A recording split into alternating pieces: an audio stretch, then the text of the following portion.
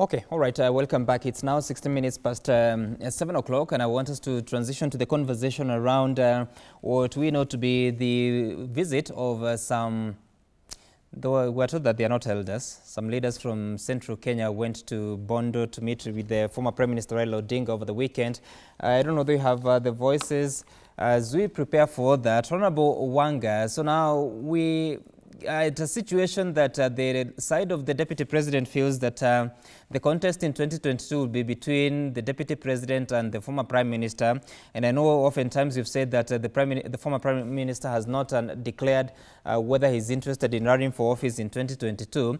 But when we see events like what we saw, I believe it was on Saturday, of leaders from central Kenya visiting Bondo, what is the significance of this, and what should we be expecting in the coming days?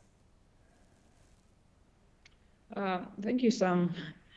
These were, elders and other people from central Kenya visiting Right Honorable Raila Odinga in Bondo in an effort for peace building, for national cohesion.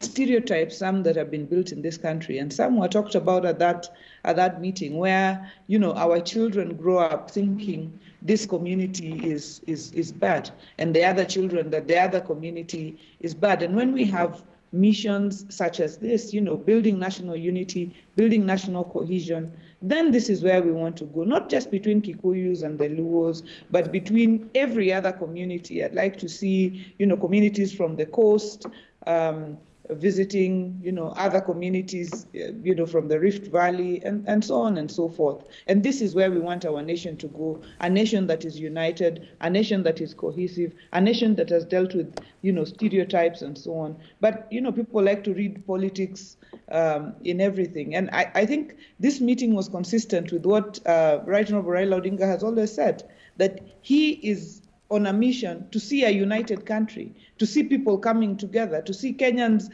coming together. And he and President Uhuru Kenyatta want to bring the country together. And that is what this meeting was about. There was prayer, people were praying for cohesion at the place. Actually, there was a whole service before the meeting even began, praying for national unity and praying for cohesion. And I think this is where we want our country to go. Anybody who wants to, read politics into it, it's really up to them. And Sam, you yourself said that you're told these were not, elders and so on. I think if you see, there are several elderly persons and Kikuyu elders that were seated there. So I think for you to say that, or for anybody else to say these were not elders is really just politicizing a matter that was very, very noble. Honorable Wanga, it's not me. It's what Rigathi Gachagua, the Member of Parliament for Mathira constituency, said yesterday, that elders do not queue for food. You are tweeting it on his behalf.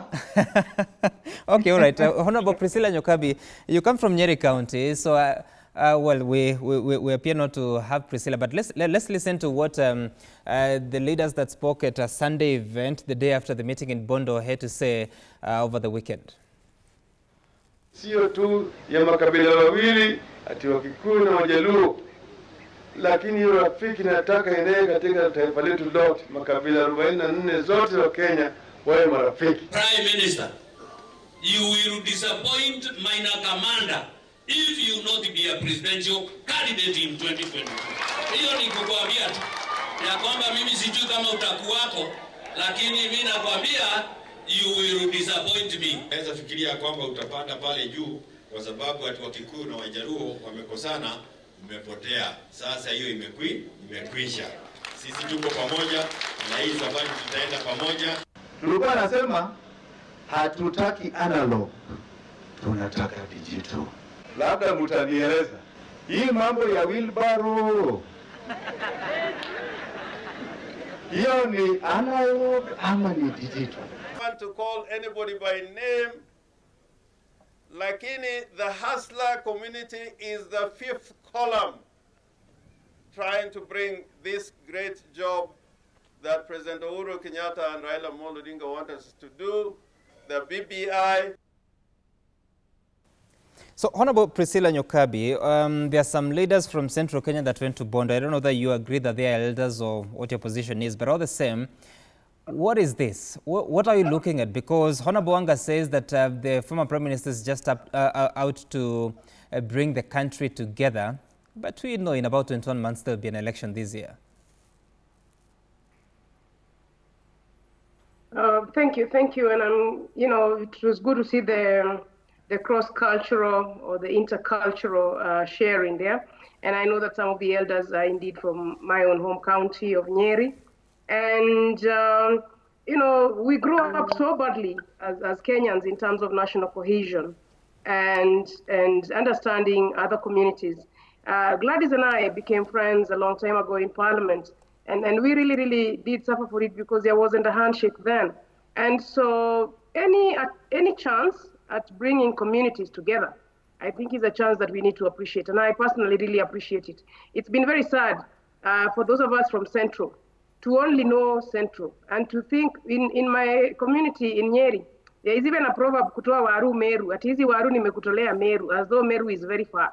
It is time that we have one country where you can visit any part of the country. And I would personally be very sad if my children didn't have the opportunity to visit the lakeside because of political reasons. And so that delegation from Mount Kenya going on to Nyanza and to Bondo, I think is a good idea. And I think that the converse should also be done, that Mount Kenya should also now host the Luo Council of Elders, and just have these cross-cultural events across, so that when it happens once, it raises eyebrows. If it happens all the time, there will be no eyebrows raised. And the same with the Kalenjin elders, the same with Kamba elders, the same with Taita elders, the same with Kosto, Mijikenda, Kaya. It is time to celebrate our cultures, and it is time to celebrate our communities, and it is time to celebrate the leaders of some of those communities. And I really do appreciate it. And I'm happy that even the women had their space, because another risk for culture has been the exclusion of women. So we are now having culture. The Kikuyu Council of Elders believes in one man, one woman, and one youth. But Honorable Priscilla, one man and one woman, then we are moving somewhere. Oh, of course, Honorable Priscilla, that's ambitious because you don't see that representation in elective positions. We have several women that have been nominated to sit in county assemblies because they could not get elected.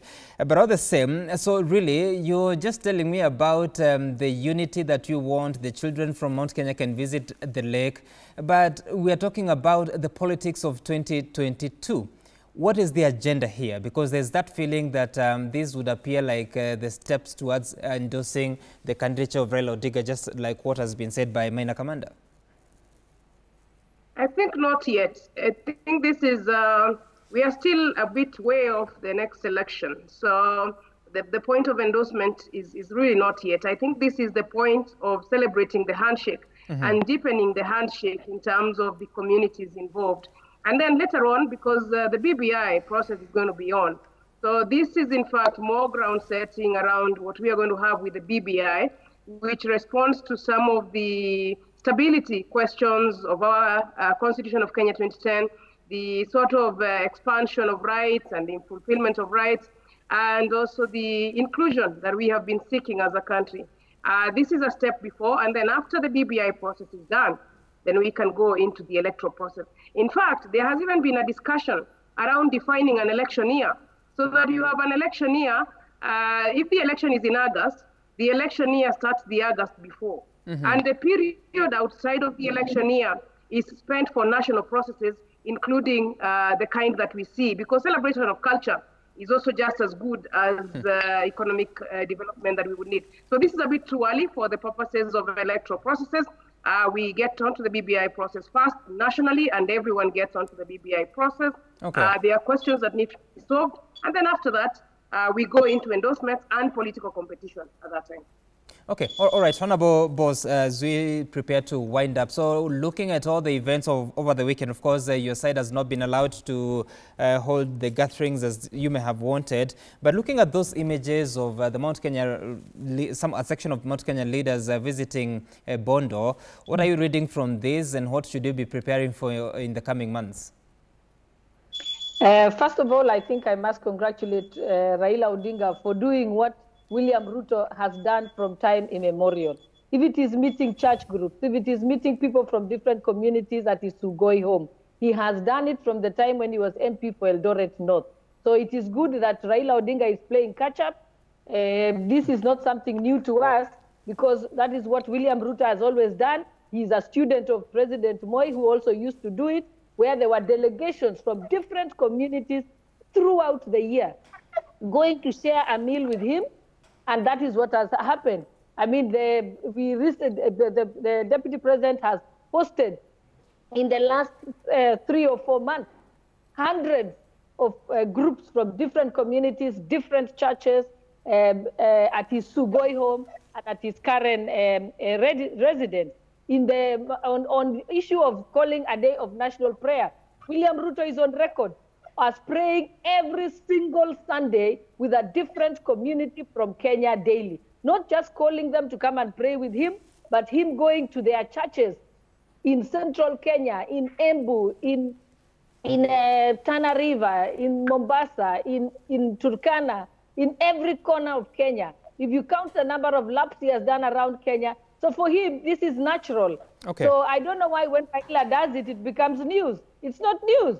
My 2022 candidate has been doing it forever. So thank you for copying us. Now they know that we have the right agenda. And the day that William Ruto was in Muranga, for the first time we saw Raila Odinga in a church next door somewhere. When we Harambee, the only time I've seen Raila Odinga participate in a Harambee is when he was raising money for Ida Odinga's school. And Ida actually was the one receiving the funds. So yes, he's playing catch-up. He's welcome to do it and copy our strategy, but it just tells you that we are ahead of the game. Whoa, okay, so essentially it's a political competition. But Honorable Wanga, I want you to have the final word. Is this playing catch-up on the side of your party leader? Sam, I think, people like Gladys Bose really just surprised me by how, they think. I mean, Right Honorable Raila Odinga has been in politics, far longer, has been, is an experienced hand, would never play catch up to anything. I mean, the reason this is important, Sam, and I hear Gladys Bose wondering why this is news, is because two communities, coming together and their respected elders, coming and bringing a bridge that was broken. This was very, very significant for our nation. It's not about any individual's ambition, We so when I wonder why Gladys Bose would trivialize an important. This is not about a delegation carried and paid to go to, Sugoi or whatever, to endorse someone or to, speak about someone's individual political ambition. This is important. This is two cultures, a bridge that was broken being rebuilt, and this is where we want to see our nation going. We don't want to see we don't want to see just hosting of people when you want them to, endorse you for a certain position or the other. We would like to see a united Kenya, and this is where we're going. All right, Honorable Wanga. I know, Honorable Boss, you want to respond, but unfortunately we have run out of time. My final word on this is that, of course, we've seen a lot of communities coming together during elections, but at the end of that term, then there are challenges. I hope that we can have communities brought together, unity of purpose, not just political ambitions. So thank you so much, Priscilla Nyokabi from the National Gender and Equality Commission, as well as Honorable Gladys Bose from Uasin Gishu and Honorable Gladys Wanga from Homa Bay County. Thank you so much for making time for us. And next we speak to Honorable Martha Karua, who is the party leader of the NARC Kenya Party. Good morning, Honorable Martha Karua, and it's good to see you. How have you been keeping? It's been quite a long time since we last spoke. How have you been? But now. All right, of course, I will be speaking to Honorable Karua After the break, we appear to be having challenges for her to hear us. So we take a short break. When we return, we'll be speaking about the state of the nation. Several matters we'll be speaking about, including what we've witnessed in Jubilee Party, as well as what we are seeing in advances to dissolve Parliament and the Public Order Act versus what is being said as a curtailment of democratic rights. After the break.